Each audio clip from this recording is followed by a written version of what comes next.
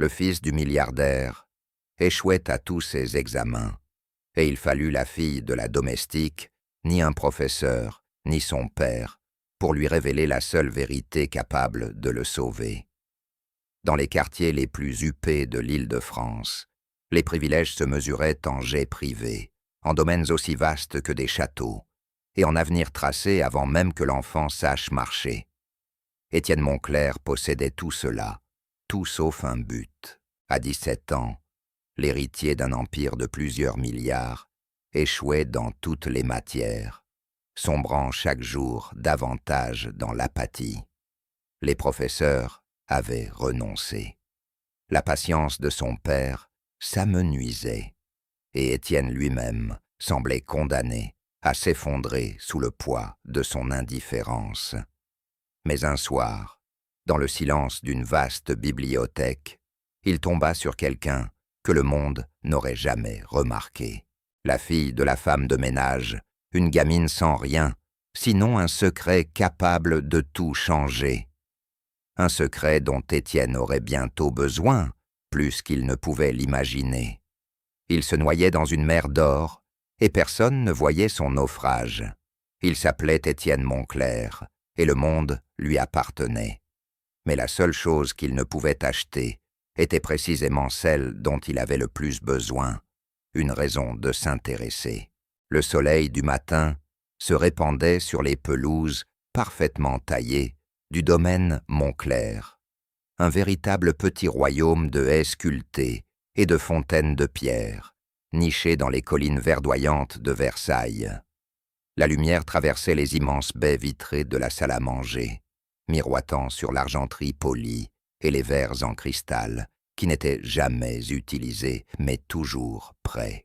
À la tête d'une table en acajou assez longue pour accueillir un dîner d'État, le jeune Étienne, 17 ans, picorait distraitement ses œufs brouillés à la truffe. Ils avaient été préparés par un chef ayant travaillé dans un restaurant 3 étoiles Michelin à Lyon.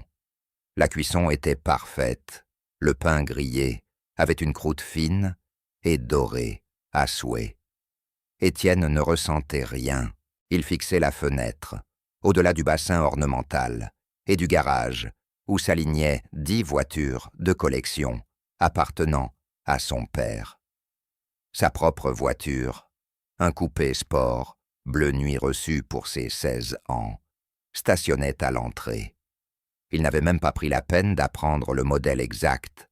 Ce n'était qu'une chose de plus, un objet luxueux parmi d'autres, comme la montre de créateur à son poignet ou le jet privé qu'il avait emmené à Courchevel pour des séjours de ski qu'il n'appréciait même pas. Tout cela n'était que décor d'une vie qui ressemblait à celle de quelqu'un d'autre. De l'autre côté de l'immense table de bois verni, son père, François Moncler, était assis, une tablette ouverte devant lui. François était un homme taillé dans l'ambition et le succès. Sa présence emplissait la pièce, froide et imposante comme une statue de marbre. Ses yeux gris, perçants, parcouraient les chiffres de la bourse. Il ne leva pas une seule fois les yeux, depuis qu'il s'était assis. Il n'en avait pas besoin. Il savait déjà tout ce qu'il voulait savoir sur son fils. Le proviseur a encore appelé hier, 1-0, dit François d'une voix calme et tranchante, qui fendait le silence comme une lame. Il ne haussait jamais le ton. Sa désapprobation était une pression silencieuse et suffocante. Cette fois, en histoire. Comment est-ce possible? L'histoire de ta famille est inscrite dans les manuels de ce pays, et tu es incapable de réussir un simple contrôle dessus. Étienne haussa les épaules, repoussant son assiette. C'était ennuyeux. Ennuyeux, répéta François, le mot dégoulinant de mépris. Enfin, il leva les yeux, et son regard fut comme un blizzard en plein hiver. Ton arrière-arrière-grand-père a travaillé sur les chemins de fer. Ton grand-père a survécu à l'occupation et bâti une aciérie à partir de rien. Moi, j'ai pris un petit capital et j'en ai fait un groupe international de haute technologie. Notre histoire et celle du progrès de cette nation. Et toi, tu trouves cela ennuyeux? C'est ton histoire, papa, pas la mienne, marmonna Étienne en s'enfonçant dans sa chaise. Et quelle est ton histoire, Étienne? Demanda François en se penchant vers lui. La question resta suspendue, lourde, sans réponse. Pour l'instant, c'est l'histoire d'un échec scolaire et d'une paresse abyssale. Tu as accès aux meilleurs précepteurs du pays. 3 d'entre eux ont démissionné rien que cette année. Ils ont tous dit la même chose. Ce n'est pas que tu ne peux pas apprendre, c'est que tu refuses. Étienne serra la mâchoire. Il se souvenait du dernier tuteur, un universitaire nerveux, docteur en lettres de la Sorbonne. Il avait passé toute l'heure à faire défiler son téléphone, ricanant quand l'homme essayait d'expliquer le symbolisme d'un poème. L'enseignant avait refermé sa mallette et quitté la pièce sans un mot. Pourquoi faire l'effort? À quoi bon? Son avenir était déjà écrit. Il hériterait de la fortune Montclair. Il prendrait la direction de l'entreprise. Une moyenne scolaire n'était qu'une note de bas de page dans une histoire déjà terminée. « Je n'ai pas besoin de l'école », dit Étienne, l'arrogance de sa voix n'étant qu'un mince bouclier contre le vide qu'il ressentait. « J'embaucherai simplement des gens qui y sont allés, eux. » Le visage de François se durcit.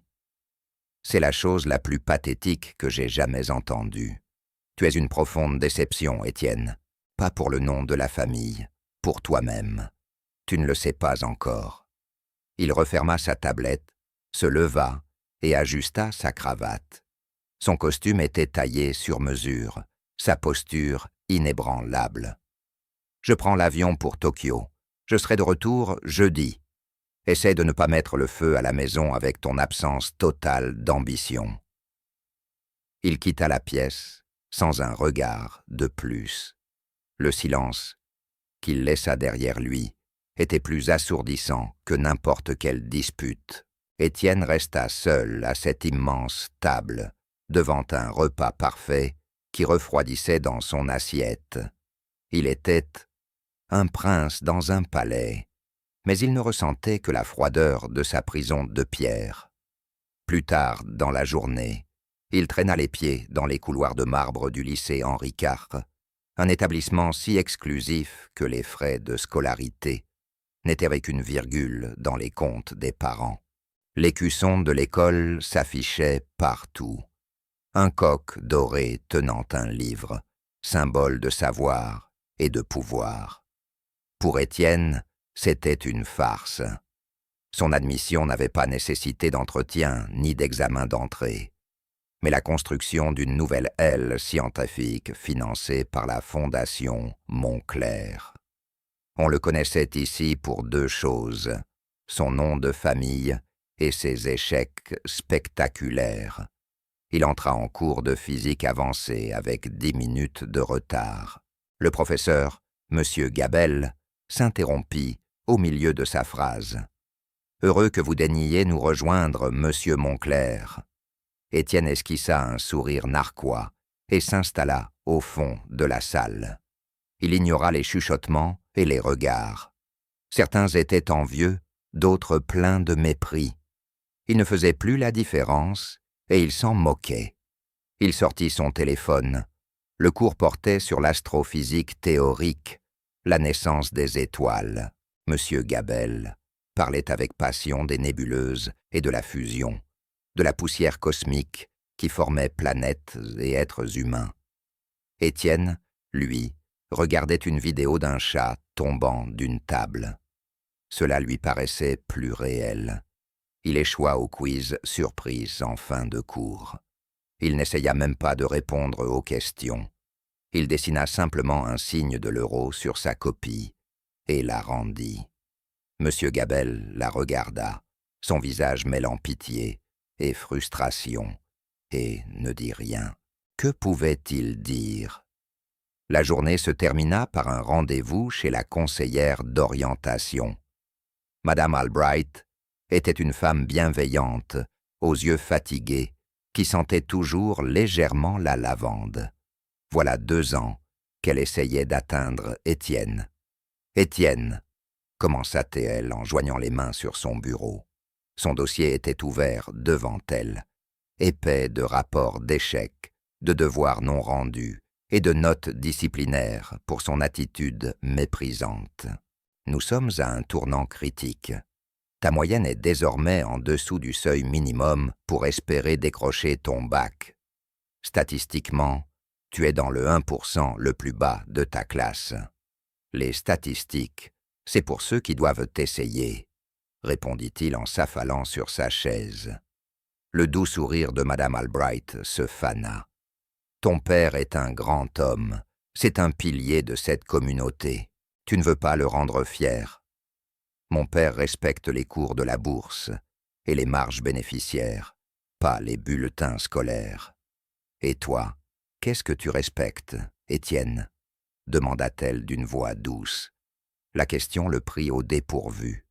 Il ouvrit la bouche pour lancer une réplique sarcastique, mais aucun mot ne sortit. Il ne respectait rien. Il ne croyait en rien.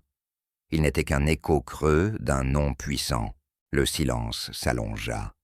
Et pour la première fois de la journée, une fissure apparut dans son armure. Un froid glacial remonta le long de sa colonne vertébrale. Elle le vit dans ses yeux. « Il n'est pas trop tard, » dit-elle, sa voix pleine d'un espoir désespéré. « On peut trouver une solution. Il suffit de découvrir ce qui te motive. » Mais Étienne ne savait pas ce que c'était. Il quitta son bureau et sortit par l'entrée principale du lycée, sentant le poids d'une centaine de regards sur lui. Il monta dans sa voiture de luxe et conduisit, non pas vers la maison, mais en direction de la côte normande. Il se gara face à la mer et observa les vagues s'écraser contre les rochers. Chaque vague montait avec une puissance immense pour s'effondrer en écume et disparaître. C'était l'histoire de sa vie, pleine de potentiel, se terminant en néant. De retour au domaine, ce soir-là, la maison était silencieuse et vide. Son père se trouvait à l'autre bout du monde. Les chefs et le personnel se déplaçaient comme des fantômes, leur présence perceptible, mais rarement visible. Étienne erra jusqu'à la grande bibliothèque, une salle sur 2 étages au rayonnage chargé de volumes, reliés de cuir que personne ne lisait jamais. Il passa la main sur les dos des livres, Molière, Hugo, Tolstoï, Faulkner. Ce n'étaient que des décorations, comme les armures dans le couloir ou les tableaux inestimables au mur. Il entendit un fredonnement doux venant du fond de la salle. Tapie dans une alcôve près de la cheminée, se trouvait une jeune fille d'à peine 11 ans, aux cheveux blonds, attachés en une simple queue de cheval. Elle était assise par terre, entourée d'une pile de livres, non pas les décoratifs des rayonnages, mais des poches usées, empruntées à la bibliothèque municipale. Elle nettoyait soigneusement les plaintes, mais ses yeux restaient fixés sur un livre ouvert, calé contre le pied d'une chaise. Étienne la reconnut vaguement. C'était la fille de la domestique, l'enfant de Suzanne Maillet, une femme discrète et travailleuse qui s'occupait du domaine Montclair depuis 1 an. Elle amenait souvent sa fille après l'école, lui demandant de rester tranquille dans une pièce pour faire ses devoirs. La fillette, dont il ignorait le prénom, avait toujours été silencieuse et invisible, jusqu'à ce moment. Il l'observa un instant, sans qu'elle le voie. Elle était totalement absorbée, le front plissé par la concentration. Intrigué de voir quel livre pouvait captiver à ce point une enfant de 11 ans, il s'approcha. Il s'attendait à un roman de fantasy ou à une histoire pour enfants. Il pencha la tête et lut le titre. « Pensée » de Marc Aurèle. Étienne se figea. Ce livre lui avait été imposé en cours de philosophie. Il l'avait trouvé dense, impossible à lire, Au bout de 2 pages, il avait abandonné et payé un autre élève pour lui résumer. Et voilà que cette fillette, la fille de la femme de ménage, le lisait comme si c'était la chose la plus naturelle du monde. Elle dut sentir sa présence, car elle leva les yeux. Ses prunelles d'un bleu vif et intelligent le surprirent. Il n'y avait ni peur, ni admiration en elle, seulement une curiosité calme et assurée. « Bonjour », dit-elle d'une voix douce mais claire. Étienne se sentit étrangement troublé. « Qu'est-ce que tu lis » demanda-t-il, bien qu'il le sût déjà. « Un livre », répondit-elle simplement en le montrant. « Ça parle de comment être une bonne personne, même quand la vie est difficile. » Elle l'énonça si naturellement, sans aucune prétention. Étienne ressentit une piqûre soudaine de honte. Lui, qui avait tout, se plaignait que la vie était ennuyeuse. Elle, qui n'avait presque rien, lisait un livre sur la force dans l'adversité. « Ce n'est pas un peu trop avancé pour toi ?» lança Théil, ses mots sonnant condescendants même à ses propres oreilles. Elle inclina la tête. Les mots ne sont que des mots. Ce qui compte, ce sont les idées. Et les idées n'ont pas d'âge. Elle le dévisagea de haut en bas, le regard pensif. Mon arrière-grand-père disait ça. La plupart des gens attendent d'être vieux pour devenir sages. Mais alors, ils sont trop fatigués pour s'en servir. Étienne resta muet. Il passa des yeux bleus clairs de la fillette au vieux traité de philosophie et sentit un gouffre s'ouvrir entre son monde et le sien. C'était lui qui fréquentait le lycée d'élite, lui qui avait des précepteurs privés. Mais à cet instant, il se sentait comme l'ignorant de la pièce. « Qui était ton arrière-grand-père » osa-t-il demander. Un léger sourire effleura ses lèvres. C'était un soldat, un sergent. Il a combattu pendant la guerre, il y a longtemps. Il disait qu'il avait appris plus sur la vie dans une tranchée boueuse que la plupart des gens dans une université. Elle glissa un marque-page dans son livre et le referma. Il disait que le secret le plus important du monde n'est pas une information, c'est une façon de voir. Elle se leva, reprit son chiffon et retourna à son ménage. Elle se remit à fredonner doucement, laissant Étienne debout au milieu de la grande bibliothèque, plus perdu que jamais. Une façon de voir. Qu'est-ce que cela pouvait bien signifier? Il était entouré d'œuvres d'art, inestimables, de vues splendides sur les jardins, de tout ce que l'argent pouvait acheter. Il voyait tout. Mais en observant cette petite fille appliquée à sa tâche, ce vieux livre posé à côté d'elle, il eut le sentiment troublant que le véritable aveugle, c'était lui. Les jours suivants se fondirent dans la même routine suffocante. L'étrange rencontre avec la fille de la domestique, il apprit qu'elle s'appelait Claire, se dissipa dans son esprit comme un rêve curieux dont on n'arrive pas à se défaire. Il essaya d'oublier ses yeux bleus, son calme, et l'idée absurde qu'une enfant de 11 ans lise les philosophes romains. Il reprit sa vie d'indifférence calculée, mais quelque chose avait changé. L'armure de son arrogance paraissait plus mince, les pics de son sarcasme moins aiguisés. Il commença à remarquer les fissures de son monde parfait. En cours d'économie, le professeur expliquait la volatilité des marchés. L'espace d'un instant, Étienne eut envie de lever la main et de poser une vraie question, quelque chose qui aurait peut-être intéressé son père, mais les mots ne vinrent pas. Il réalisa avec un choc qu'il ne savait même pas quoi demander. Il avait passé tant de temps à tout ignorer qu'il avait oublié comment s'intéresser. L'instant passa, et il se renfonça dans sa chaise, l'habituelle brume d'apathie retombant sur lui. Ses amis, une bande d'adolescents, riches et blasés, qui gravitaient autour de lui à cause de son nom, coinçaient un élève plus jeune dans le couloir. Ils firent tomber ses livres et se moquèrent en voyant ses feuilles éparpillées.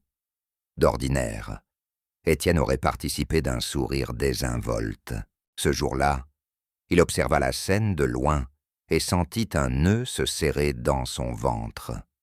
Il vit la rougeur de honte sur le visage du garçon plus jeune, la manière désespérée dont il ramassait ses affaires, en vitesse, pour devenir invisible. Pour la première fois, Étienne ne vit pas une blague. Il vit de la cruauté. Il fit demi-tour et s'éloigna, le rire de ses camarades résonnant creux et laid à ses oreilles. Il se mit à remarquer Claire davantage, non pas qu'il la cherchât, mais parce que son monde était devenu si silencieux et vide que les détails les plus infimes ressortaient. Un après-midi, depuis la fenêtre de la bibliothèque, il l'aperçut dans les jardins du domaine, en compagnie du chef jardinier, un vieil homme tanné par les années, appelé Monsieur Henderson. Elle ne faisait pas que s'asseoir. Elle désignait différentes plantes, et le jardinier hochait la tête, une surprise sincère et un respect évident sur le visage. Étienne la vit caresser la feuille d'un rosier d'un doigt léger et connaisseur, comme si elle en comprenait les secrets.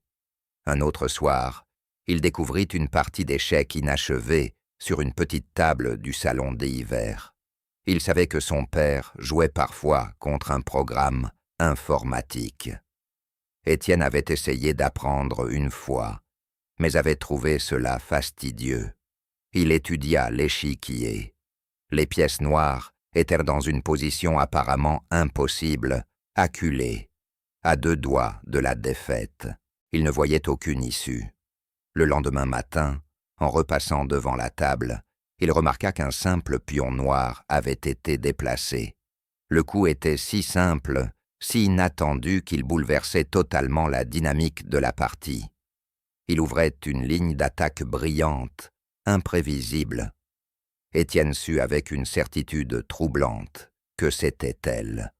François Montclair revint de Tokyo le jeudi soir, entrant dans la maison comme une tempête.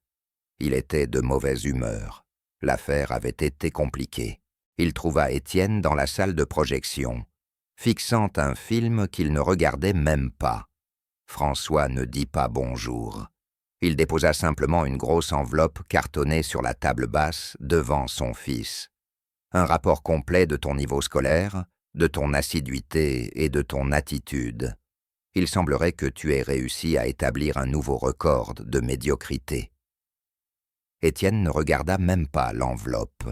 « Je t'ai dit que je me fiche de l'école. »« C'est évident, » répliqua François d'un ton sec. « Mais tu vas te soucier de ça. » Il sortit de sa poche un téléphone noir et l'ajouta sur la table. C'était celui d'Étienne. Puis il y posa son portefeuille, épais de cartes bancaires. Enfin, il jeta un trousseau de clés sur la pile. Le bruit métallique résonna dans la pièce silencieuse. « Qu'est-ce que c'est » demanda Étienne, une peur sourde montant en lui. « C'est la fin, Étienne. Les privilèges sont terminés. Plus de téléphone, plus de fonds illimités, plus de voitures. Ce sont des avantages. Et tu as démontré avec éclat que tu n'en mérites aucun. » Étienne fixa la pile de sa vie confisquée. Une panique glaciale s'empara de lui. « Tu ne peux pas faire ça. Comment je vais aller au lycée ?» Comme des milliers d'autres élèves, le car scolaire s'arrête au bout de la route à 6h45. Je te conseille de ne pas être en retard. Le car. Étienne étouffa le mot. C'était impensable. Un Montclair prenant le car scolaire, c'était un suicide social. Tout le monde allait le voir. « Parfait, » répondit François, les yeux durs comme la glace. « Qu'il te voie, qu'il voie ce que le nom Montclair n'est pas un bouclier contre l'échec. Peut-être qu'une bonne dose d'humiliation publique sera la seule leçon qui finira par traverser ton crâne épais. Tu veux jouer à n'avoir rien ? Très bien, désormais tu n'as rien. » François quitta la pièce, la décision irrévocable flottant encore dans l'air. Étienne resta planté là, fixant les clés de sa voiture, autrefois symbole de sa liberté, désormais inutile. Il avait l'impression de suffoquer. Son père n'avait pas seulement confisqué ses affaires, il lui avait volé son identité. Sans la voiture, sans l'argent, sans le statut, qui était-il? Personne. Juste un élève raté, obligé de prendre le car. Le lendemain matin fut un cauchemar. Il se réveilla avant l'aube, la maison plongée dans le noir, et le silence. Il enfila les vêtements les plus simples qu'il possédait, et parcourut à pied l'allée privée jusqu'à la route principale. L'air était glacé, le ciel gris et implacable. Il attendit au bord de la route, les mains enfoncées dans ses poches, se sentant exposé et humilié. Quand le car scolaire s'arrêta dans un soupir de frein, il sentit une centaine de regards se tourner vers lui. Il monta les marches, évitant les yeux, et alla s'asseoir tout au fond. Le siège en sky était froid et craquelé. L'odeur de diesel et de gomme usée emplissait l'air. Ce furent les 20 minutes les plus longues de sa vie. C'était désormais sa nouvelle réalité. Ses camarades du lycée se moquèrent de lui sans relâche. Kyle Jennings, fils d'un industriel rival de François, se montrait particulièrement cruel. « Regardez tout le monde !» cria Kyle à travers la cantine. « Alors, les Montclair se mélangent enfin au reste d'entre nous. Comment est le car scolaire, Étienne? Ton costume de créateur s'est sali. » Étienne serrait les poings et s'éloignait, la réplique rageuse mourant sur sa langue. Que pouvait-il dire? C'était vrai. Il était une blague.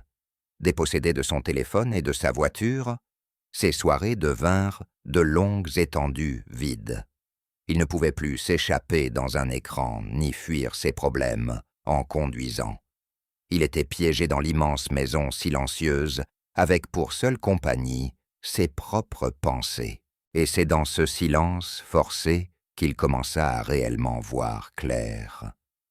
Un après-midi, il la trouva dans la cuisine, aidant sa mère à polir l'argenterie. Suzanne Mayette était une femme de peu de mots, au visage fatigué mais bienveillant. Elle se mouvait avec une efficacité silencieuse, mais Étienne voyait l'inquiétude gravée autour de ses yeux. Son emploi, sa vie, étaient précaires. Il observa Claire qui prenait une fourchette ternie et la frottait doucement avec un chiffon. Elle ne faisait pas que nettoyer. Elle l'étudiait. Pourquoi certains endroits deviennent-ils plus sombres que d'autres? Demanda-t-elle doucement à sa mère. C'est juste de l'oxydation, ma chérie. L'air, répondit Suzanne, concentrée sur son propre travail. Mais ce n'est pas pareil partout, insista Claire, en levant la fourchette vers la lumière. C'est plus sombre dans les petites gravures, parce que l'air y reste coincé plus longtemps. C'est comme une rancune. Si tu ne nettoies pas les recoins cachés, c'est là que l'amertume s'installe. Étienne resta dans l'embrasure de la porte, stupéfait par l'observation simple et profonde. Il avait vu de l'argenterie 1000 fois et n'y avait distingué que des fourchettes et des cuillères. Elle y voyait une leçon sur la nature humaine. Sa détresse finit par dépasser son orgueil. Il avait besoin d'aide et les tuteurs, les conseillers, même son père, avaient tous échoué.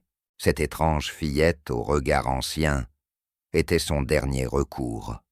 Il la retrouva plus tard dans la semaine, de retour à la bibliothèque, non pas en train de lire, mais de griffonner dans un petit carnet.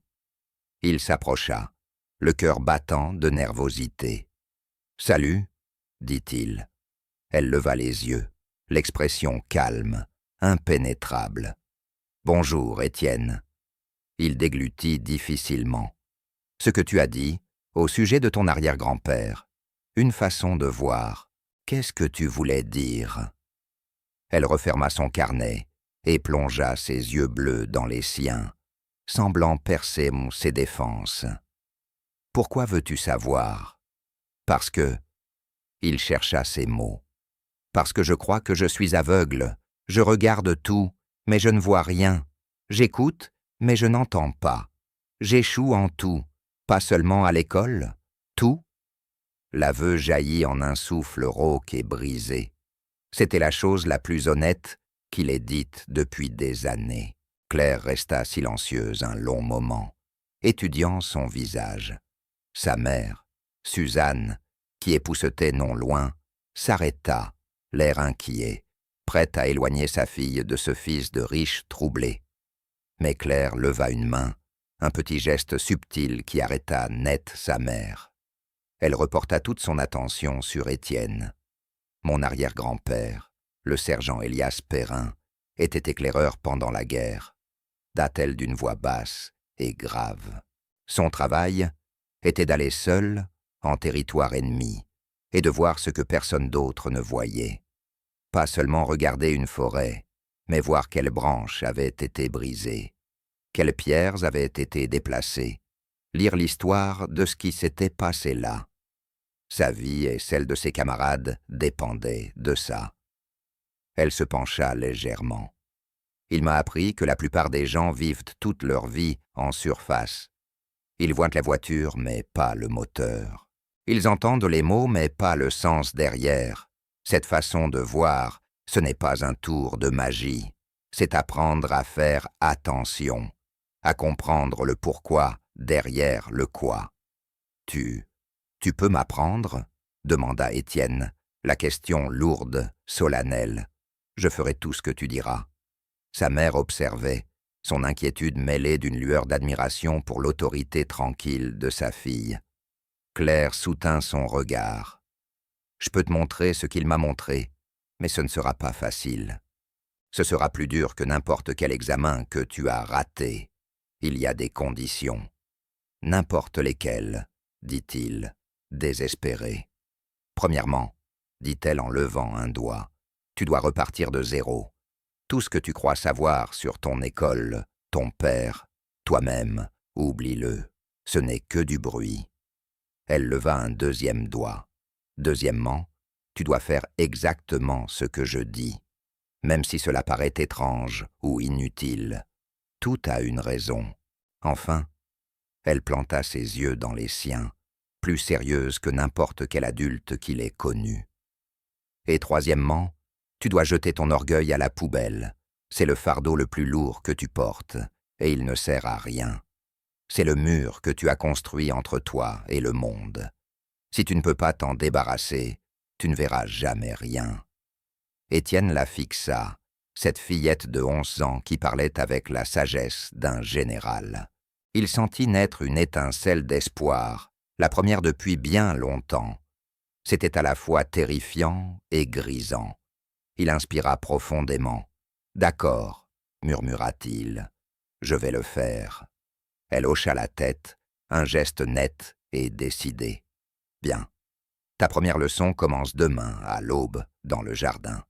Ne sois pas en retard. » Le soleil n'était encore qu'une faible lueur rosée à l'horizon, quand Étienne arriva au jardin le lendemain matin. Une brume fraîche et humide collait au sol, et l'air était immobile, silencieux. Pour la première fois de sa vie, il était éveillé avant le monde, et cela lui paraissait étranger. Il vit Claire debout près du grand chêne ancien, qui dominait la pelouse principale du domaine. Elle portait une salopette simple et tenait un petit bocal vide. Elle ne le salua pas. Elle désigna seulement le sol au pied de l'arbre. « Qu'est-ce que tu vois ?» demanda-t-elle. Étienne baissa les yeux. Il vit l'herbe humide de rosée, quelques feuilles éparses et une parcelle de terre sombre et riche où les racines du chêne affleuraient. Une irritation monta en lui. Il s'était extirpé du lit à une heure absurde pour ça. « Je vois de l'herbe et de la terre, » dit-il d'un ton plat. « Regarde encore, » dit-elle, patiente mais ferme. Ne te contente pas de regarder, vois. Il soupira, s'accroupit, et força son regard sur le carré de sol. Ce n'était que de la terre. Il se sentit ridicule. Ce jeu était stupide. Il allait se lever et lui dire que tout cela n'était qu'une perte de temps quand un minuscule mouvement attira son attention. Une fourmi peinant à transporter une miette 3 fois plus grosse qu'elle. Il la regarda franchir un paysage périlleux de cailloux et de brins d'herbe. Puis il remarqua autre chose, une toile d'araignée parfaite, tendue entre 2 brins d'herbe, étincelante de rosée. Une œuvre d'art qui disparaîtrait dès que le soleil monterait. Enfin, il vit une minuscule fleur violette, pas plus grosse que son ongle, perçant une fissure dans le sol. Il était passé 1000 fois devant ce chêne et n'avait jamais rien vu de tout cela. Il resta longtemps accroupi, observant. Il distingua les motifs dans la mousse qui recouvrait les racines, le réseau complexe de nervures sur une feuille tombée, la manière dont les gouttes de rosée jouaient comme des loupes révélant la texture de l'herbe. Ce n'était plus seulement de l'herbe et de la terre. C'était un monde grouillant de lutte, de vie et de beauté. Enfin, il releva la tête. Claire le regardait, un petit sourire complice aux lèvres.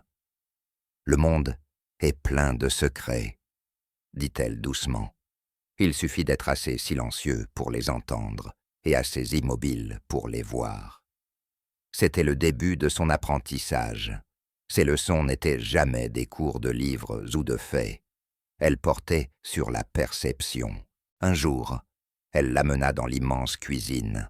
Le chef, un Français au tempérament volcanique nommé Jean-Pierre, s'affairait dans un tumulte, dirigeant son équipe qui préparait un dîner de gala que François devait donner le soir même. L'air résonnait du vacarme des casseroles, des poêles qui grésillaient, des ordres criés. « Ferme les yeux », commanda Claire. Étienne obéit, mal à l'aise et conspicieux. « Et maintenant ? Écoute, mais n'écoute pas le bruit. Écoute l'histoire. Que te raconte la cuisine ?» Au début, il n'entendit que le chaos, mais il se força à distinguer les sons. Il perçut le rythme régulier d'un couteau hachant des légumes, un son sûr et maîtrisé. Il entendit le cliquetis nerveux d'un apprenti qui faisait tomber une cuillère. Il entendit le grésillement confiant d'un steak sur une poêle brûlante et le sifflement anxieux d'une sauce qui débordait. Il entendit la voix aiguë et stressée de Jean-Pierre, aboyant des ordres, suivi du « oui, chef » respectueux de son équipe.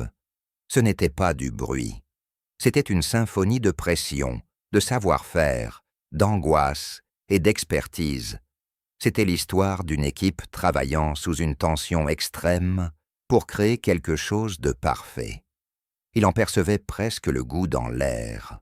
« Ils ont peur de lui », dit Étienne, les yeux toujours fermés. « Du chef. Ils le respectent, mais ils redoutent de se tromper. »« Bien, » murmura Claire. « Et quoi d'autre ?» Étienne se concentra de nouveau, plus en profondeur. « Quelqu'un est nouveau, » dit-il, surpris de lui-même. Ses gestes sont maladroits. Il a fait tomber quelque chose. Il ouvrit les yeux. Claire hochait la tête. Elle pointa du doigt un jeune homme dans un coin, qui nettoyait frénétiquement une petite flaque, le visage rouge de honte. Étienne ne s'était jamais senti aussi connecté au monde qui l'entourait. Il avait vécu toute sa vie dans cette maison, mais il n'y avait jamais vraiment habité. Sa leçon la plus difficile vint une semaine plus tard. Claire l'amena dans le bureau de son père. C'était une pièce qu'il évitait, un sanctuaire dédié au succès de François Montclair. Les murs étaient couverts de récompenses, de photos de lui avec des chefs d'État et d'exemplaires encadrés de magazines portant son visage en couverture. C'était une pièce qui avait toujours donné à Étienne le sentiment d'être petit, insuffisant. « Ton père a », Appelé le lycée hier, dit Claire d'une voix douce. Il a parlé avec ta conseillère.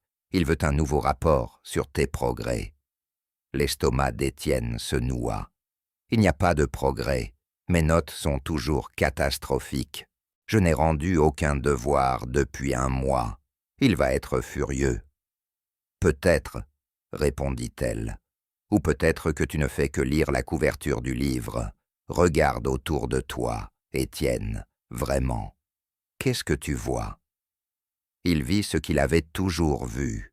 Un monument dédié à un homme qu'il ne pourrait jamais satisfaire.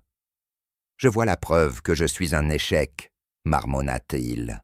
C'est ton orgueil qui parle, corrigea Claire calmement. Ton orgueil est un miroir. Il ne te montre que ton propre reflet. Moi, je veux que tu regardes par la fenêtre. Regarde-le. » Elle le guida vers une grande photo encadrée accrochée au mur. Elle représentait un François Montclair, beaucoup plus jeune, debout devant un garage délabré, tenant un amas de fils et un circuit imprimé. Il avait l'air maigre, épuisé, affamé, mais ses yeux brillaient d'une intensité qu'Étienne n'avait jamais vue. Pas de costume sur mesure, pas de PDG puissant, juste un jeune homme avec un rêve. C'était son premier bureau, dit Claire doucement. Ma mère m'a raconté qu'il travaillait 18 heures par jour. Il dormait par terre. Il a mis chaque franc qu'il avait dans ce projet.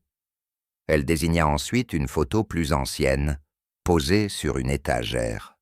On y voyait un homme au visage dur, en salopette, debout à côté d'un jeune garçon. Le garçon, c'était François. Il tenait un bulletin scolaire et regardait son père avec un mélange de peur et d'espoir. « C'était ton grand-père », expliqua Claire. C'était un homme sévère. Il croyait que seul le succès comptait. Il a appris à ton père que l'amour et l'approbation devaient être mérités, qu'ils n'étaient jamais donnés gratuitement. Étienne fixait les photos, le cœur battant. Bien sûr, il les avait déjà vues, mais jamais ainsi. Il les avait toujours considérées comme des chapitres du grand mythe Montclair. À présent, il les voyait comme des fragments d'une personne. Un homme qui avait été jeune, effrayé. Un homme à qui l'on avait appris que sa valeur dépendait de ses réussites. Il regarda de nouveau la pièce. Les trophées ne lui apparurent plus comme des armes pour mesurer ses propres échecs, mais comme les cicatrices des batailles de son père. Les photos avec des présidents et des rois, non plus comme des trophées, mais comme la preuve d'une ascension acharnée et solitaire. Il ne regardait plus un dieu dans un temple, mais l'histoire d'un homme brillant, ambitieux, profondément imparfait, terrifié par l'échec, car l'échec signifiait pour lui qu'il n'était pas digne d'amour. « Il ne te pousse pas parce qu'il est déçu de toi, » murmura Claire, comme si elle lisait dans ses pensées. « Il te pousse parce qu'il est terrifié pour toi. Il ne connaît pas d'autre façon de te montrer qu'il tient à toi. » La révélation frappa Étienne comme un coup physique. Toute la colère et le ressentiment qu'il avait accumulé contre son père commencèrent à se dissoudre, remplacés par une empathie douloureuse. Son père n'était pas un tyran, c'était un prisonnier, enfermé dans une cage construite par son propre père, et il avait transmis cette cage à Étienne. Ce soir-là, François Montclair rentra tard, l'air fatigué et tendu. Il passa devant Étienne dans le couloir, sans plus qu'un bref signe de tête. L'ancien Étienne se serait braqué devant ce mépris. Le nouvel Étienne vit la profonde lassitude dans les yeux de son père et le léger affaissement de ses épaules. Il prit une grande inspiration, le cœur battant.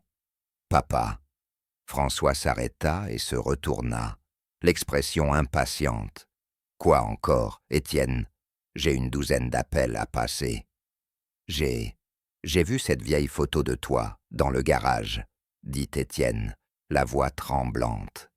« Ça devait être dur de commencer avec si peu. » François resta interdit. Il fixa son fils, la méfiance dans les yeux. Il attendait la remarque sarcastique, la demande d'argent. Mais rien ne vint. Il ne vit qu'une curiosité sincère dans le regard d'Étienne. Une expression étrange, indéchiffrable, traversa son visage. Les lignes dures autour de sa bouche s'adoucirent. Juste un instant. C'était une autre époque, dit-il, la voix rauque mais sans son tranchant habituel. Il sembla vouloir en dire plus, mais l'habitude d'une vie était trop forte. Il hocha simplement la tête et continua vers son bureau. Ce n'était pas une percée, pas une grande conversation intime, mais c'était un début, une note claire au milieu d'une vie de bruit. Pour la première fois, Étienne n'avait pas parlé au PDG ni au patriarche de la famille. Il avait parlé à son père, et pour la première fois, son père l'avait entendu. Étienne resta debout dans le couloir, envahi par un sentiment d'émerveillement tranquille. Il n'avait pas réussi un examen ni obtenu de notes, mais il avait vu quelque chose. Il s'était connecté, et cela lui paraissait plus réel, plus précieux que tout ce qu'il avait jamais possédé. Il savait qu'il lui restait un long chemin à parcourir. Ses notes étaient un désastre, et son avenir une page blanche, terrifiante. Mais pour la première fois, il avait l'impression de se tenir sur un sol solide. Le monde commençait à prendre forme, un petit détail oublié à la fois.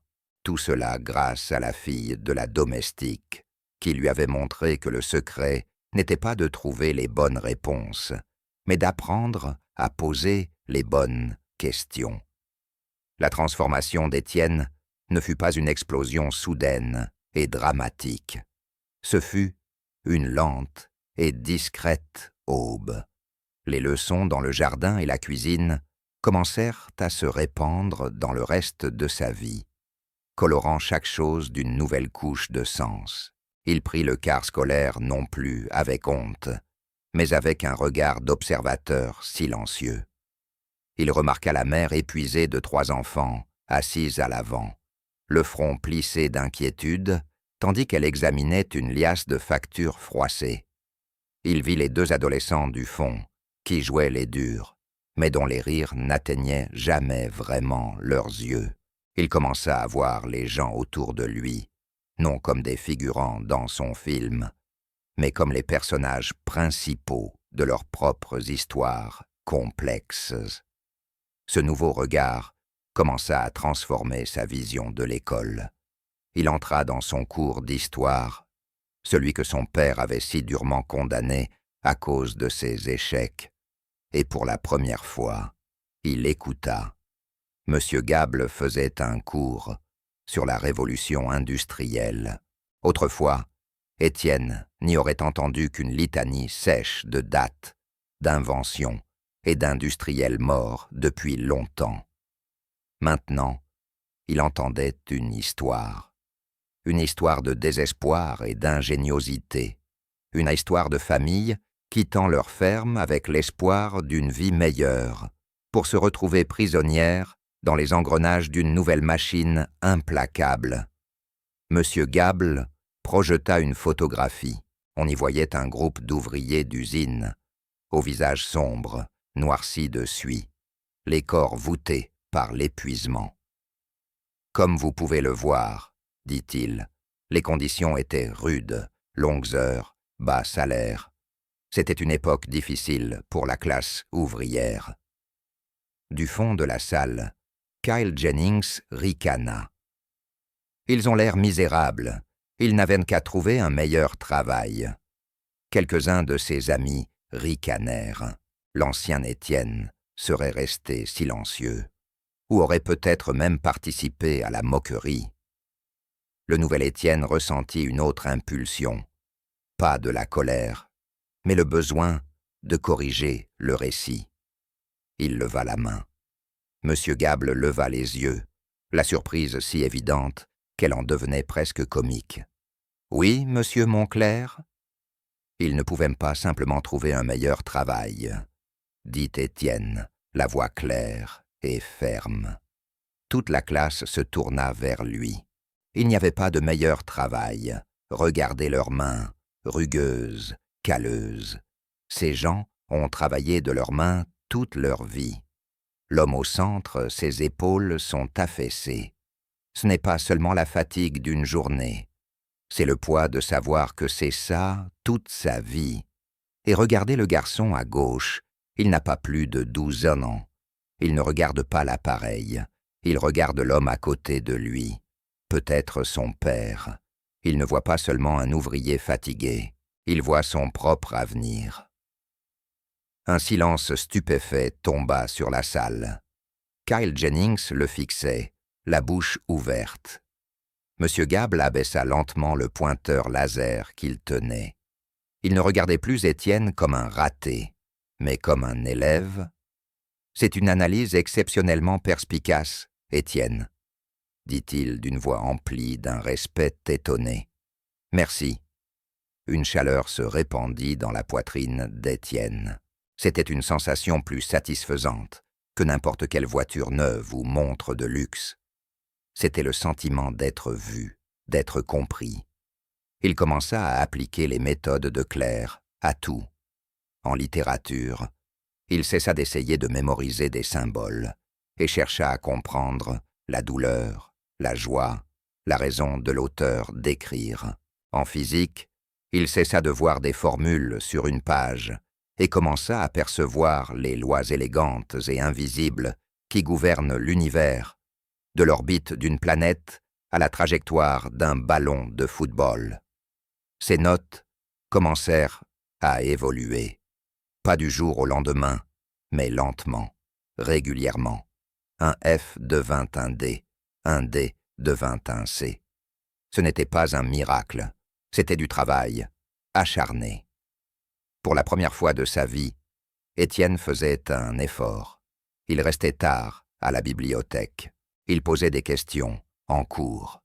Il cessa d'être spectateur de sa propre éducation et devint un acteur. Son père le remarqua, bien sûr.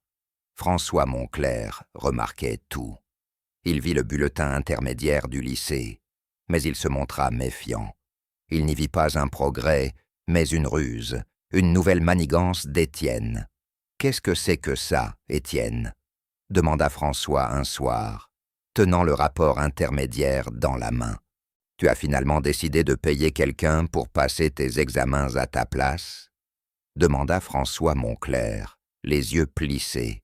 « Parce que ces notes, bien que toujours mauvaises, le sont un peu moins que d'habitude. »« J'essaye, c'est tout, » répondit Étienne, refusant de laisser le cynisme de son père éteindre l'étincelle nouvelle qu'il venait de trouver. « Essayer ne suffit pas, » répliqua François sèchement. « Seuls les résultats comptent. Tu as tes examens finaux dans 3 semaines. Ils décideront si tu obtiens ton diplôme. Ils décideront si cette petite expérience de voyager en car scolaire prend fin. Ne me déçois pas encore. » La pression était immense. Les examens finaux représentaient une montagne à gravir, et Étienne savait qu'il ne pourrait pas la franchir seul. Il alla voir Claire et la trouva dans la serre, occupée à soigner une collection d'orchidées. « Il ne me croit pas, » dit Étienne, la frustration dans la voix. « Je travaille enfin, et il pense que c'est une arnaque. » Claire ne leva pas les yeux de son travail. Elle vaporisa doucement les feuilles d'une orchidée blanche délicate. « Ce qu'il croit n'a pas d'importance, » dit-elle. « Ce qui compte, c'est ce que tu fais. Son opinion, c'est comme la météo, ça change. Tes actions, c'est le sol sur lequel tu te tiens. Rends-le solide. Mais comment ? 3 semaines, ce n'est pas assez pour apprendre une année entière de cours. Tu n'as pas besoin de l'apprendre, » dit-elle enfin en le regardant. « Tu le sais déjà. L'information est dans les livres, dans tes notes. Ce que tu dois apprendre, c'est à relier les choses, l'histoire, la science, la littérature. Ce ne sont pas des îles séparées. Elles font toutes partie du même continent. Il faut juste trouver les ponts. Sa façon d'étudier était différente de tout ce qu'il avait connu. Pas de fiches, pas de tests d'entraînement. Elle lui fit créer une carte, une immense carte mentale, sur un tableau blanc dans la salle de bal, inutilisée du manoir. Ils commencèrent par un seul événement, la construction du chemin de fer transcontinental, l'héritage de son arrière-arrière-grand-père. Ton manuel d'histoire dit qu'il a été construit entre 1863 et 1869, expliqua Claire. C'est un fait. C'est ennuyeux. C'est mort. Rendons-le vivant. Pourquoi a-t-il été construit à ce moment-là? Étienne réfléchit un instant. La guerre de sécession avait lieu. Le gouvernement voulait relier l'Ouest pour s'assurer qu'il reste dans l'Union. Bien, acquiesça Claire. Voilà le pont politique. Et la science, comment l'ont-ils construit? L'acier? Répondit Étienne, les pièces du puzzle commençant à s'emboîter. Le procédé Bessemer venait d'être inventé. Il rendait l'acier bon marché et solide. On en avait besoin pour les rails. Et on utilisait la dynamite pour percer les montagnes. Voilà le pont scientifique, dit-elle en traçant des lignes reliant la politique à la chimie et à l'ingénierie. Et les gens qui l'ont construit? Des immigrés, répondit Étienne, se souvenant des photos vues en classe. Surtout des Chinois et des Irlandais. On les traitait atrocement. Ils étaient presque pas payés. Des milliers sont morts. Le pont social, murmura Claire. Et quelles histoires en sont nées, quels poèmes et quelles chansons ont parlé de la solitude des plaines, du danger du travail, de l'espoir d'une nouvelle vie.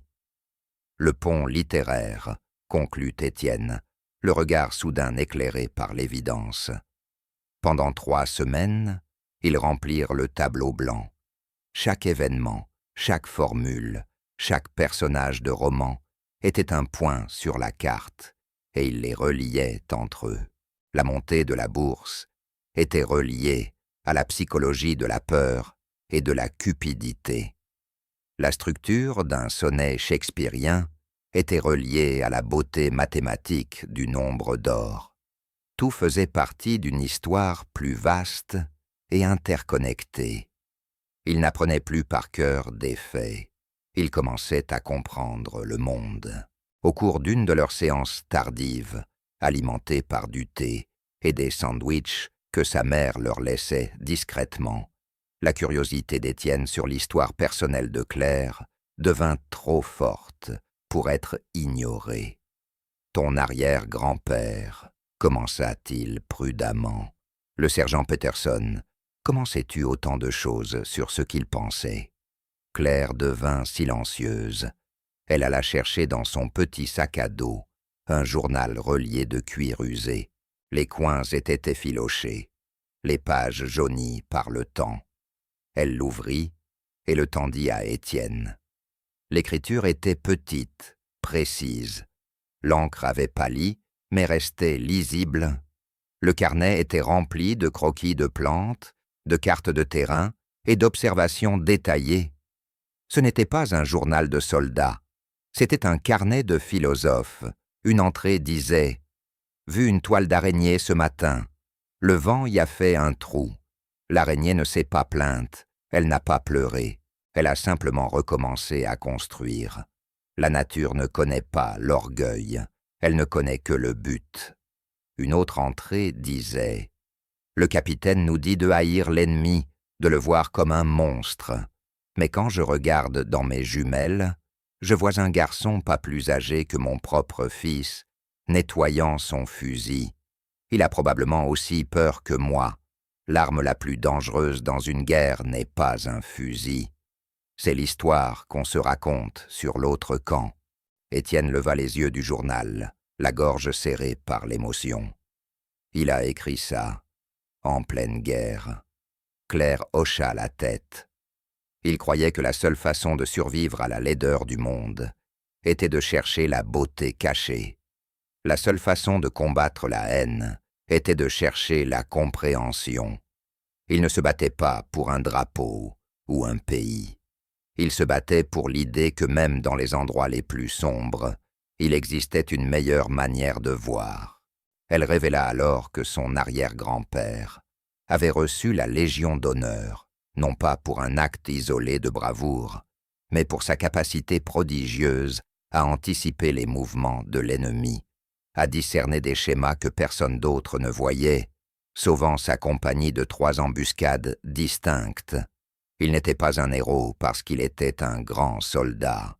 Il l'était parce qu'il était un grand penseur. Après la guerre, il a refusé toutes les distinctions et a choisi une vie tranquille, consacrant toute sa sagesse et sa manière unique de voir le monde à sa petite-fille. Il disait que le monde était brisé, poursuivit Claire, d'une voix presque inaudible, et que la seule façon de le réparer était d'élever une génération de gens capables de voir, non pas seulement de regarder les morceaux cassés, mais de comprendre comment les assembler à nouveau. Étienne comprit enfin, Claire n'était pas qu'une fillette brillante. Elle était un héritage vivant, la gardienne d'un secret sacré transmis depuis une tranchée dévastée par la guerre, un secret qu'elle partageait désormais avec lui. Le jour de son premier examen final arriva. C'était l'histoire. Étienne entra dans la salle de classe et s'assit, le cœur calme. Il n'avait pas peur. Il lut le sujet de dissertation, une question qui l'aurait terrifié un mois plus tôt. Discuter des principaux facteurs économiques, sociaux et politiques qui ont conduit à la crise de 1929. Il prit son stylo. Il n'écrivit pas seulement sur le krach boursier de New York, mais aussi sur la fragilité psychologique d'une société française frappée par le chômage de masse et l'exode rural. Il parla des campagnes appauvries et des familles quittant leurs terres pour chercher du travail en ville. Il évoqua les chansons populaires de Fréhel et de Maurice Chevalier, les photographies humanistes d'Henri Cartier-Bresson, la littérature engagée de Louis Aragon et d'André Malraux. Il ne se contenta pas de répondre à la question. Il raconta une histoire. Il fut le dernier à rendre sa copie. Monsieur Gable le regarda avec une expression curieuse, pleine d'espoir. Étienne sortit de la salle sans savoir s'il avait réussi ou échoué. Mais pour la première fois, cela n'avait aucune importance. Il ne l'avait pas fait pour son père, ni pour son nom. Il l'avait fait pour lui. Il avait rassemblé les morceaux brisés du passé et leur avait redonné sens. Et il savait avec une certitude tranquille que plus rien dans sa vie ne serait jamais pareil. Les 2 semaines d'examen passèrent dans une concentration intense. Pour Étienne, ce fut un marathon d'application des leçons de Claire, de découverte des ponts cachés entre des disciplines disparates. Lorsqu'il sortit de son dernier examen, la physique, il ne se sentait pas épuisé, mais électrisé. Il n'avait aucune idée de ses notes finales, mais il ressentait une profonde satisfaction qu'il n'avait jamais connue. Il n'avait pas seulement passé des tests, il avait dialogué avec le savoir accumulé des générations. Il retrouva Claire à la bibliothèque, en train de ranger des livres. Il n'eut pas besoin de parler. Elle le regarda, et un lent sourire lumineux illumina son visage.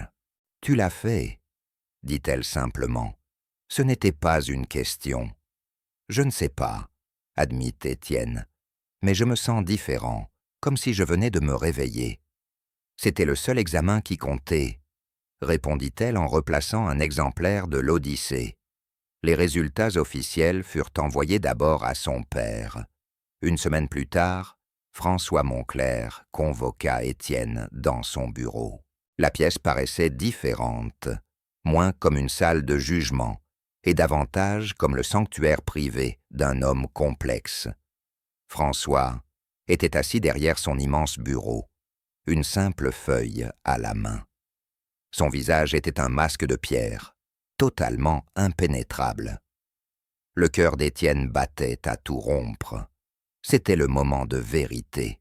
« J'ai parlé au proviseur du lycée Henri qu'à ce matin, » commença François, d'une voix dénuée d'émotion. Il fit glisser la feuille sur le bureau poli. « Voici ton bulletin final. » Étienne le prit d'une main tremblante et parcourut les notes. Histoire, B+, littérature française, B, économie, C+, physique, B, il avait réussi. Chaque matière, il l'avait passée.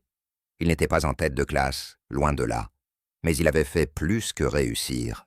Il avait gravi l'échelle du tout dernier rang jusqu'à une place respectable en seulement quelques semaines. Il avait accompli l'impossible. Il leva les yeux vers son père, le cœur gonflé d'un sentiment de triomphe, attendant. Quoi? Des félicitations? Un sourire? Une poignée de main? Mais rien ne vint.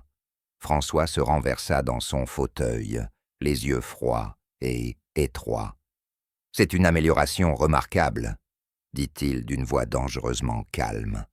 Tellement remarquable, en fait, que c'en est impossible. Aucun élève ne passe d'une moyenne de 0,8 à 2,8 en un seul semestre. Personne. L'air se glaça. « Qu'est-ce que tu veux dire ?»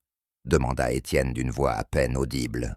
« Je dis que tu as triché, » répondit François, les mots tombant comme des pierres. « Je ne sais pas comment. Je ne sais pas qui tu as payé ou quel fils tu as tiré. Mais ceci n'est pas le travail d'un élève honnête. C'est l'œuvre d'un escroc. Et si je peux tolérer un imbécile, je ne tolérerai pas un tricheur dans ma maison. » Étienne le fixa, l'esprit en plein tourbillon. C'était l'ironie suprême. Pour la première fois de sa vie, il avait accompli quelque chose honnêtement, avec ses propres efforts, et son père l'accusait de fraude. L'injustice était si profonde qu'elle lui coupa le souffle. Toute l'ancienne colère, toute la rancune accumulée remontèrent en flammes. « Tu as tort, » dit-il, la voix tremblante d'un mélange de rage et de douleur. « Tu as tort, j'ai fait le travail, j'ai appris. »« Ne me mens pas, » tonna François, en frappant du poing sur le bureau. « Tu as été une déception toute ta vie, mais ça c'est un nouveau sommet. Me mentir effrontément en face. Tu pensais que j'étais aussi stupide ?» À cet instant, quelque chose se brisa en Étienne. La peur qu'il avait toujours ressentie en présence de son père fut consumée par le feu blanc de sa colère. Mais les leçons de Claire tinrent bon. Il ne voyait plus seulement un tyran. Il voyait l'homme sur la photo, le garçon avide de l'approbation de son propre père. Il voyait un homme si aveuglé par sa définition rigide du succès qu'il ne pouvait pas reconnaître la véritable progression quand elle se trouvait devant lui. « Non, » dit Étienne, d'une voix soudainement calme et claire. « Je ne pense pas que tu sois stupide, papa. Je pense que tu es aveugle. Tu as passé ta vie à regarder des bilans et des cours de bourse, et tu as oublié comment lire une personne. Tu me regardes, et tu ne vois pas un fils. Tu vois un mauvais investissement. Tu as été tellement obsédé à m'enseigner le prix de chaque chose que tu ne m'as jamais appris la valeur de quoi que ce soit. » Il reposa le bulletin sur le bureau. « Je n'ai pas fait ça pour toi, » dit-il, les mots résonnant d'une autorité nouvelle. « Je l'ai fait pour moi. Et franchement, que tu me croies ou non, c'est ton problème, pas le mien. Je n'ai plus besoin de ton approbation. Je ne suis pas une ligne de ton grand livre de comptes. » Puis il se retourna et sortit du bureau, laissant François Moncler sans voix, pour la première fois de sa vie, assis seul dans son temple du succès, un roi sur un trône d'or, soudainement et totalement impuissant. Étienne retrouva Claire assise sur les marches de la véranda arrière, regardant le coucher du soleil. Sa mère, Suzanne, rangeait son sac pour rentrer. « Il ne m'a pas cru, » dit Étienne en s'asseyant à côté d'elle. La colère s'était éteinte, ne laissant qu'un vide douloureux. « Je sais, » répondit-elle doucement. Suzanne regarda Étienne, les yeux pleins d'une sympathie presque insupportable. « Je suis désolé, Étienne. C'est un homme difficile à satisfaire. »« Peu importe, » dit-il, essayant de se convaincre autant que de les convaincre. « J'ai fini d'essayer. » Il tourna les yeux vers Claire, cette incroyable fillette de 11 ans qui avait changé à elle seule le cours de sa vie. « Comment pourrais-je jamais te rendre ce que tu m'as donné ?» Claire ne le regarda pas, lui, mais sa mère. Un échange silencieux et lourd de sens passa entre elles. Ce fut Suzanne qui parla enfin, d'une voix hésitante mais ferme. « Il y a une chose, une faveur. »« Tout ce que vous voudrez, » répondit Étienne aussitôt. « C'est à propos de mon frère, » dit Suzanne en baissant les yeux vers ses mains. « L'oncle de Claire. Il a travaillé pour la société de ton père pendant 20 ans. Un ingénieur en chef, loyal, travailleur. Il y a quelques années, il y a eu une faille de sécurité énorme. Des millions ont été perdus. Il fallait un coupable, et ils l'ont désigné. Ils ont dit qu'il avait vendu des secrets industriels. Ton père l'a renvoyé. » Claire reprit le récit, la voix serrée. « Il a été déshonoré. Plus personne ne voulait l'embaucher. Nous avons tout perdu. C'est pour ça que ma mère doit avoir 2 emplois. C'est pour ça que nous avons dû vendre notre maison. » Étienne resta stupéfait. « Mais s'il était innocent ?» »« Il l'était, » coupa Suzanne avec une conviction farouche. « Mon frère n'aurait jamais fait une chose pareille. Il aimait cette société. Il l'a aidée à se construire. Mais ton père, il avait besoin d'une réponse rapide, d'un bouc émissaire. Il n'a pas regardé les preuves. Il n'a regardé que la ligne finale du bilan. » Alors, Étienne comprit. Enfin, il voyait toute l'image. La dernière connexion déchirante sur la carte. Ce n'avait jamais été seulement une histoire de notes. Depuis le début, il s'agissait de justice. C'était le plan silencieux, brillant et désespéré d'une fille pour s'approcher assez du cœur de l'Empire Montclair afin de sauver l'honneur de sa famille. « Le secret, » murmura Étienne en rassemblant les morceaux. « La manière de voir, ton arrière-grand-père te l'a transmis, et toi, tu me l'as transmis pour que tu puisses voir la vérité. » Acheva Claire. Claire acheva pour lui. « Ainsi tu pourrais montrer à ton père ce qu'il refuse de voir. L'histoire véritable n'est pas toujours la plus facile à lire. » Le poids de tout cela retomba sur Étienne. Le dilemme moral qu'il n'avait connu que dans les livres devenait le sien. Sa loyauté envers son père ou sa dette envers la fille qu'il avait sauvée. Mais ce n'était même pas un choix. Il savait ce qu'il devait faire. Il passa les 2 jours suivants, enfermé dans la bibliothèque, non pas avec des manuels scolaires, mais avec de vieux rapports d'entreprise, des archives de réseau et des bilans financiers auxquels il accéda grâce à l'identifiant de son père, qu'il avait mémorisé depuis des années. Il appliqua les méthodes de Claire. Il ne chercha pas une seule preuve isolée. Il chercha l'histoire, les failles, les incohérences, les endroits où le récit officiel ne collait pas. Il la trouva. Une piste numérique enfouie sous des années de données. Une série de transferts cryptés, habilement dissimulés, qui ne menaient pas à l'oncle de Claire, mais à un haut dirigeant du conseil, rival acharné de son père, Kyle Jennings Senior, le père du garçon qui s'était moqué de lui dans le bus. C'était un coup numérique, un sabotage d'entreprise brillant, et l'oncle de Claire avait été le bouc émissaire parfait. Étienne imprima tout et organisa les preuves en une chronologie claire et incontestable. Il porta le dossier dans le bureau de son père. François était debout, regardant par la fenêtre, l'air vieux et fatigué. Étienne ne dit rien, Il posa simplement le dossier sur le bureau. François le regarda, puis regarda son fils, les yeux pleins de suspicion.